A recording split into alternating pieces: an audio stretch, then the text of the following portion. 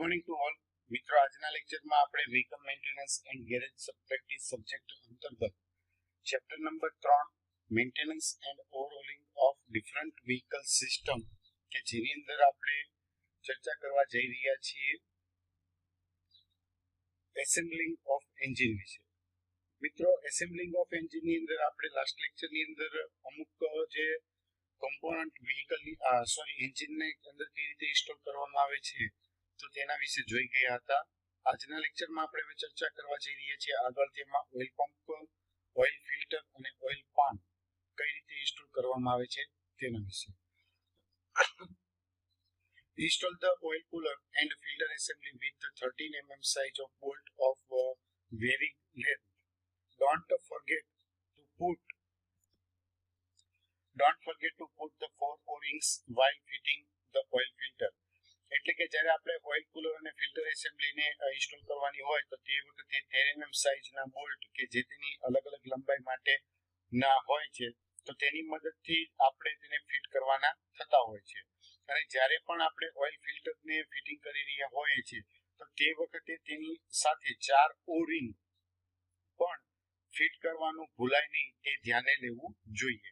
Before fitting the oil pan, it should be checked the straightened if necessary. હવે જ્યારે આપણે oil પાન એટલે કે ઓઇલ સમ્પ જ્યારે તેને ફિટ કરી રહ્યા હોઈએ છીએ તો તે વખતે એ પણ ધ્યાનમાં રાખવું જરૂરી, એ ચેક કરવું જરૂરી બને છે કે તે તેની સીધું ફિટ થાય છે કે કેમ, અથવા તો તે પ્રોપર એલાઇન થયું છે કે નહીં તે ચેક કરવું પણ જરૂરી બને છે. Use hammer for tapping the bent part of oil pan. હવે ઓઇલ પાન ની અંદર જો કોઈ પણ પાર્ટ બેન્ડ થઈ ગયો હોય તો તેને હેમરની મદદથી ટેપિંગ કરીને સીધો કરવામાં આવતું હોય છે. After the straightening the oil pan, place new gasket and tight the bolt 24 in number of 30 mm size. ત્યારબાદ જ્યારે આપણે ઓઇલ પાનને સ્ટ્રેટ કરી દીધા પછી તેના ઉપર નવું ગાસ્કેટ જે છે તે લગાડવામાં આવતું હોય છે અને તેને 13 mm ની સાઇઝના જે 24 નંબર બોલ્ટ જે છે તેનો ઉપયોગ કરી અને સિલિન્ડર બ્લોકની સાથે ઓઇલ પાન જે છે તેને ફિટ કરવાનું રહેતું હોય છે. હવે હેમરની મદદથી કઈ રીતે ઓઇલ પાનને સ્ટ્રેટ કરવામાં આવે છે તો તે અહીં આપણે આકૃતિની અંદર જોઈ શકીએ છીએ. એટલે કે ઓઇલ પાનનો જે શેપ જે છે તે જો તેની અંદર કોઈ પણ પ્રકારનું સ્ટ્રેટનિંગ ના રહ્યું હોય તો તેની હેમરિંગની મદદથી આપણે સીધું કરી શકતા હોઈએ છીએ અને સીધું કર્યા બાદ તેને સિલિન્ડર બ્લોકની સાથે ફિટ કરવાનું થતું હોય છે. નેક્સ્ટ હવે આગળ વધીએ. Fitting of the oil pump, filter and oil pan, એની અંદર કન્ટિન્યુઅસ આગળ વધીશું. The oil pump overhaul is given in the further section. એટલે કે આગળ આપણે ઓઇલ પંપ ઓવરહોલિંગ કઈ રીતે કરવાનું થતું હોય છે તો તેના વિશે જોઈશું. The oil pump is fixed by the means of 7 screw, tightening the sequence of the oil pump as shown in figure below. Oil pump જે છે તે 7 અલગ અલગ સ્ક્રૂની મદદથી ફિક્સ કરવામાં આવતો હોય છે અને તેના જે 7 બોલ્ટ જે છે તેને કઈ રીતે ટાઈટ કરવાના હોય તો તેના માટેની સિક્વન્સ નીચે આકૃતિની અંદર બતાવવામાં આવેલી છે. એટલે કે આ જે ફિગર જે છે તો તેની અંદર આવી રીતે સામસામેથી શરૂઆત કરવામાં આવતી હોય છે. અહીં 1 નંબર 2 3 4 5 6 અને 7 આવી રીતે સ્ટાર ટાઈપ જે એરેન્જમેન્ટ બને છે તો તે મુજબ ઓઇલ પંપનું ઇન્સ્ટોલેશન જે છે તે કરવાનું રહેતું હોય છે. નેક્સ્ટ હવે આગળ વધીએ. Installation of the thermostat and water pump. Water pump અને થર્મોસ્ટેટનું ઇન્સ્ટોલેશન એન્જિનની અંદર કઈ રીતે થાય તો તે જોઈએ. Remove the dirt adhering to the thermostat casing. એટલે સૌથી પહેલા થર્મોસ્ટેટના કેસિંગ ઉપરથી જો કોઈ પણ પ્રકારની ડર્ટ રહેલી હોય તો તેને ત્યાંથી દૂર કરવી. Replace the gasket without the failure if the gasket is flattened, damaged or corroded.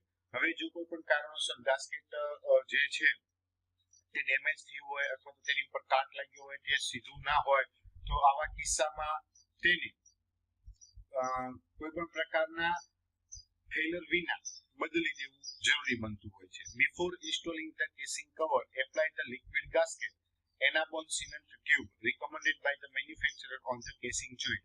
હવે જ્યારે આપણે કવર એસેમ્બલી જે કવર કેસિંગ એસેમ્બલી જે છે તેને ઇન્સ્ટોલ કરતા હોય તો તેના ઉપર લિક્વિડ ગાસ્કેટ અથવા તો જે ટ્યુબ ટાઈપનું જે ગાસ્કેટ આવે છે તેને એપ્લાય કરવાનું રહેતું હોય છે. અને સામાન્ય રીતે મેન્યુફેક્ચરર જે છે તે એનાબોન ટાઈપનું એક સિલિન્ડર આવે છે, સિલિન્ડર માટેની ટ્યુબ કે જે આવા પ્રકારના કેસિંગના જોઈન્ટ માટે રિકમેન્ડેડ કરતા હોય છે. એટલે કે આ પ્રકારની જે ટ્યુબ હોય છે તેની કેસિંગની ફરતી સપાટી કે જેના ઉપર આપણે બોલ્ટ લગાડતા હોઈએ અથવા તો તે ફિટમેન્ટ માટે જ્યાં કોન્ટેક્ટ કરતા હોય તો ત્યાં આ પ્રકારના સિલિન્ડરનો ઉપયોગ કરવામાં આવતો હોય છે. એટલે તેને એપ્લાય કરી અને પછી તેનું ફિક્સિંગ જે છે તે કરવાનું થાય છે.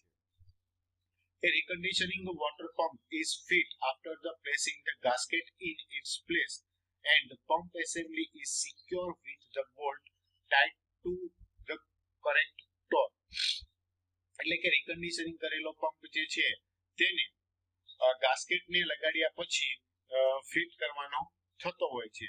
અને આ પ્રકારની જે પંપ એસેમ્બલી જે છે તેને બોલ્ટની મદદથી બોલ્ટને ટાઈટ કરી અને તેને ફિક્સ કરવાની રહેતી હોય છે. અને અહીંયા જ્યારે આપણે બોલ્ટ લગાડીએ છીએ તો તેને તેના પૂરતા પ્રમાણમાં ટોર્ક એપ્લાય કરીને ટાઈટ કરવાના રહેતા હોય છે. એટલે આ રીતે એસેમ્બલી જે છે તે એન્જિનની સાથે માઉન્ટ કરવામાં આવે છે.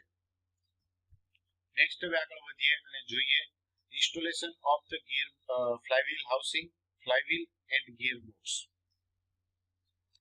રિયર સાઈડ ઉપર આપણે જે ફ્લાયવ્હીલ હાઉસિંગ, ફ્લાયવ્હીલ અને ગિયર બોક્સ જે એન્જિનની સાથે માઉન્ટ થાય છે તો તેને કઈ રીતે માઉન્ટ કરવામાં આવે છે તેના વિશે જોઈએ. Before installation of the flywheel housing, install the new oil seal in the flywheel housing as shown in figure. એટલે સૌથી પહેલા જ્યારે આપણે ફ્લાયવ્હીલ ઇન્સ્ટોલ કરવાનું હોય તો તેના પહેલા ફ્લાયવ્હીલના હાઉસિંગની અંદર ઓઇલ સીલ જે છે તે નવું લગાડવામાં આવે છે. અને આ નવું ઓઇલ સીલ કઈ રીતે લગાડવામાં આવે છે કે જે નીચે ફિગરની અંદર અહીંયા દર્શાવવામાં આવેલું છે. આ રીતે અહીંથી ઓઇલ સીલ જે છે તેને બહાર કાઢી અને નવું ઓઇલ સીલ જે છે તેને ઇન્સ્ટોલ કરવાનું રહેતું હોય છે. If necessary, replace the ring gear by the heating it to 180 degree using blow torch. By striking with rod, remove the ring gear. જો રિંગ ગિયરને બદલવાની જરૂર જણાય તો આવા કિસ્સામાં જે રિંગ ગિયર એસેમ્બલી છે તેને 180 ડિગ્રી સેન્ટીગ્રેડ ઉપર બ્લો ટોર્ચની મદદથી ગરમ કરવામાં આવે છે અને તેના ઉપર રોડની મદદથી તેને પછી બહાર કાઢવામાં આવતું હોય છે. For installing the new installation of the new ring gear, again heat the ring gear and using the rod drive the ring gear on the flywheel with the chamfer teeth toward the block. ત્યારબાદ જો નવું ring gear લગાડવાનું હોય તો તેને પણ 180 degree centigrade તાપમાને blow ટોર્ચની મદદથી ગરમ કરવામાં આવે છે અને જે રિંગ ગિયર જેના ઉપર ઇન્સ્ટોલેશન કરવાનું હોય તો તે ચેમ્પર ટીથ વાળા બ્લોક ઉપર જે આ જે રિંગ ગિયર કે જે ચેમ્પર ટીથ વાળા છે તેને ફ્લાયવ્હીલની ઉપરના ભાગે ડ્રાઈવ માટે રોડની મદદથી ઇન્સ્ટોલેશન કરવામાં આવતું હોય છે. એટલે કે ફ્લાયવ્હીલની ઉપર જ્યારે રિંગ ગિયર લગાડવામાં આવે છે તો તેને સૌથી પહેલા ગરમ કરવું પડે છે અને ત્યારબાદ તેનું ઇન્સ્ટોલેશન કરવામાં આવે છે કે જેથી તે જ્યારે ઠંડુ પડી જાય તો ફ્લાયવ્હીલની સાથેની તેનો જે મજબૂત પકડ જે છે તે જળવાઈ રહે. અને આ જે રિંગ ગિયરના ટીથ જે છે તે ચેમ્ફર કરેલા હોય છે. એટલે કે જ્યારે શરૂઆતનો જે ગાળો કે જે તેના સ્ટાર્ટર ગિયર સાથે મેચ થતો હોય તો તે થોડોક એંગ્યુલર શેપમાં ચેમ્ફર કરેલો હોય છે કે જેથી ગિયરનું ક્લેશિંગ થાય નહીં. જ્યારે આપણે શરૂ એન્જિન કરીએ કે સ્ટાર્ટર મોટરને પાવર સપ્લાય કરીને એન્જિનની શરૂઆત કરતા હોય તો તે ગિયર જે છે તે એકબીજાની સાથે ક્લેશ ન થાય તે માટે ચેમ્ફરિંગ કરેલું હોય છે. અને આ પ્રકારનું ચેમ્ફરિંગ જે છે તે સ્ટાર્ટરના ડ્રાઈવની અંદર પણ આપણને જોવા મળે છે અને રિંગ ગિયરની ઉપર પણ મળે છે. Install the flywheel after aligning toe mark on the flywheel and the crankshaft knock pin. ત્યાર પછી ફ્લાયવ્હીલનું જે ઇન્સ્ટોલેશન કરવામાં આવે છે અને ફ્લાયવ્હીલના ઇન્સ્ટોલેશન કરતા પહેલા તેના ઓ માર્ક જે છે જે ક્રેન્કશાફ્ટની નોક પિન સાથે લાગેલું હોય તેની સાથે મેચ કરવાનો હોય તો તેનું એલાઇનિંગ કરવામાં આવે છે. નાઉ tight the bolt through the several repetition of the tightening order so as to reach the specific torque evenly and gradually slacken and tighten them one by one to the specific torque as per the sequence. ત્યારબાદ આ ફ્લાયવ્હીલને બોલ્ટની મદદથી તેને tight કરવામાં આવે છે અને આ બોલ્ટને તેના જે સ્પેસિફિક ટોર્કની જે આપણને રેન્જ આપેલી છે તો તે રેન્જ પ્રમાણે વારાફરતી વારા એક પછી એક જે આપણે સિક્વન્સ આપેલી હોય તો તે સિક્વન્સની અંદર વારાફરતી વારા તેને તેના સ્પેસિફિક ટોર્ક રેન્જની અંદર ટાઈટ કરવાના રહેતા હોય છે. when tightening the bolt apply engine oil to the thread and flywheel surface of the bolt. હવે જ્યારે આપણે બોલ્ટને ટાઈટ કરી રહ્યા હોઈએ છીએ તો તે સમયગાળા દરમિયાન બોલ્ટ ઉપર અને જે ફ્લાયવ્હીલની સરફેસ છે તો તેની ઉપર આ બંને જગ્યાએ બોલ્ટના થ્રેડ ઉપર અને ફેસ ઉપર એમ બંને જગ્યાએ ઓઇલ એન્જિન ઓઇલ જે છે તે એપ્લાય કરવાનું રહેતું હોય છે, તેને લગાડવાનું હોય છે. Install the pilot bearing and stopper.